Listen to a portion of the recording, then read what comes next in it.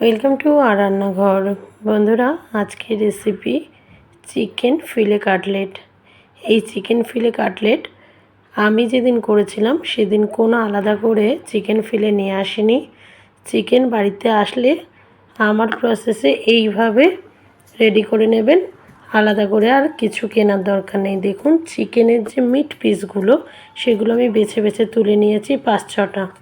এবার আপনাদের কাছে হাতুড়ি থাকুক বা শিলপাটা যেটাই থাকুক সেটা দিয়ে একটু থেতে নেবেন মাংসগুলো। তারপর আমি এই যে সবুজ রঙের যেটা দিলাম এটা হলো ধনেপাতার কাঁচা লঙ্কা বাটা। ওটা বেটে নিয়ে ওটা দেবেন, উপর থেকে গোলমরিচ গুঁড়ো একটু ছিটিয়ে দেবেন আর দিবেন আদা বাটা আর রসুন বাটা। একদম আন্দাজ মতো, কোনো চামচে করে দেওয়ার দরকার নেই, হাতে করে এইভাবে মিক্সড করে দেবেন। আর আমি দিয়েছি একটু বিট লবণ, জাস্ট বিট লবণ, আদা কাঁচা লঙ্কা বাটা, আদা রসুন বাটা আর গোলমরিচ গুঁড়ো, এইটুকু দিয়ে ম্যারিনেট করবেন। দেখুন লাল লাল যেগুলো সেগুলো বিট লবণ। আর জাস্ট আর এক পাট উল্টে নিয়ে তারপর আরও একবার, যদি আদা কাঁচা লঙ্কা বাটা দেওয়ার দরকার নেই, জাস্ট একটু লবণ আর গোলমরিচের গুঁড়ো উপর পিঠে, আলাদা পিঠে আর একটু রেখে দিয়ে দেবেন। ব্যাস, এবার ম্যারিনেট করে সকালবেলায় পারলে একটু ম্যারিনেট করে রাখবেন। আমি উপর থেকে একটু লেবু রস দিয়েছি, ভিনিগার থাকলে ভিনিগারও দেওয়া হবে। জাস্ট সকালবেলায় আমি ম্যারিনেট করে রেখেছিলাম। এবার বিকালবেলায়, কারণ আমরা বেশিরভাগ কাটলেট তো সন্ধ্যের সময় খাই, সেই জন্য আপনি এইভাবে মাংস ম্যারিনেট করে কিছুক্ষণের জন্য রেখে দেবেন।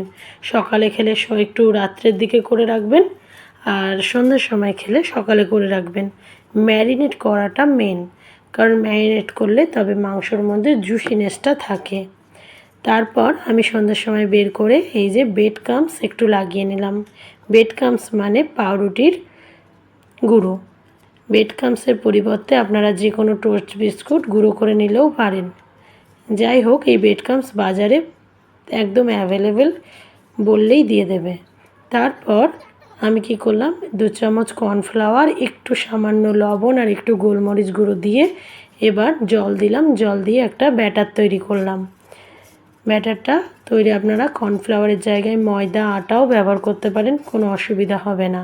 মেনলি এটা একটা আঠার কাজ করে। এরপর কর্নফ্লাওয়ারের গোলাতে ডুবিয়ে নিয়ে এবার ব্রেড ক্রাম্বস আমি আরও একবার লাগিয়ে নিলাম ভালো করে, তাহলে ডবল কোট হয়ে গেল। আগে আমি একবার ব্রেড ক্রাম্বস লাগিয়েছি, তারপর আবার কর্নফ্লাওয়ারের ব্যাটারে ডুবিয়ে নিয়ে আরও একবার ব্রেড ক্রাম্বস লাগিয়ে নিলাম। এইভাবে প্রত্যেকটা ফিলে আমি রেডি করে নিচ্ছি। দেখুন, এইভাবে রেডি করে নিয়ে আর কোনো ঝামেলা নেই, খুব সহজে হয়ে যায়। এবার আমি সাদা তেলে জাস্ট ফ্রাই করে নেব।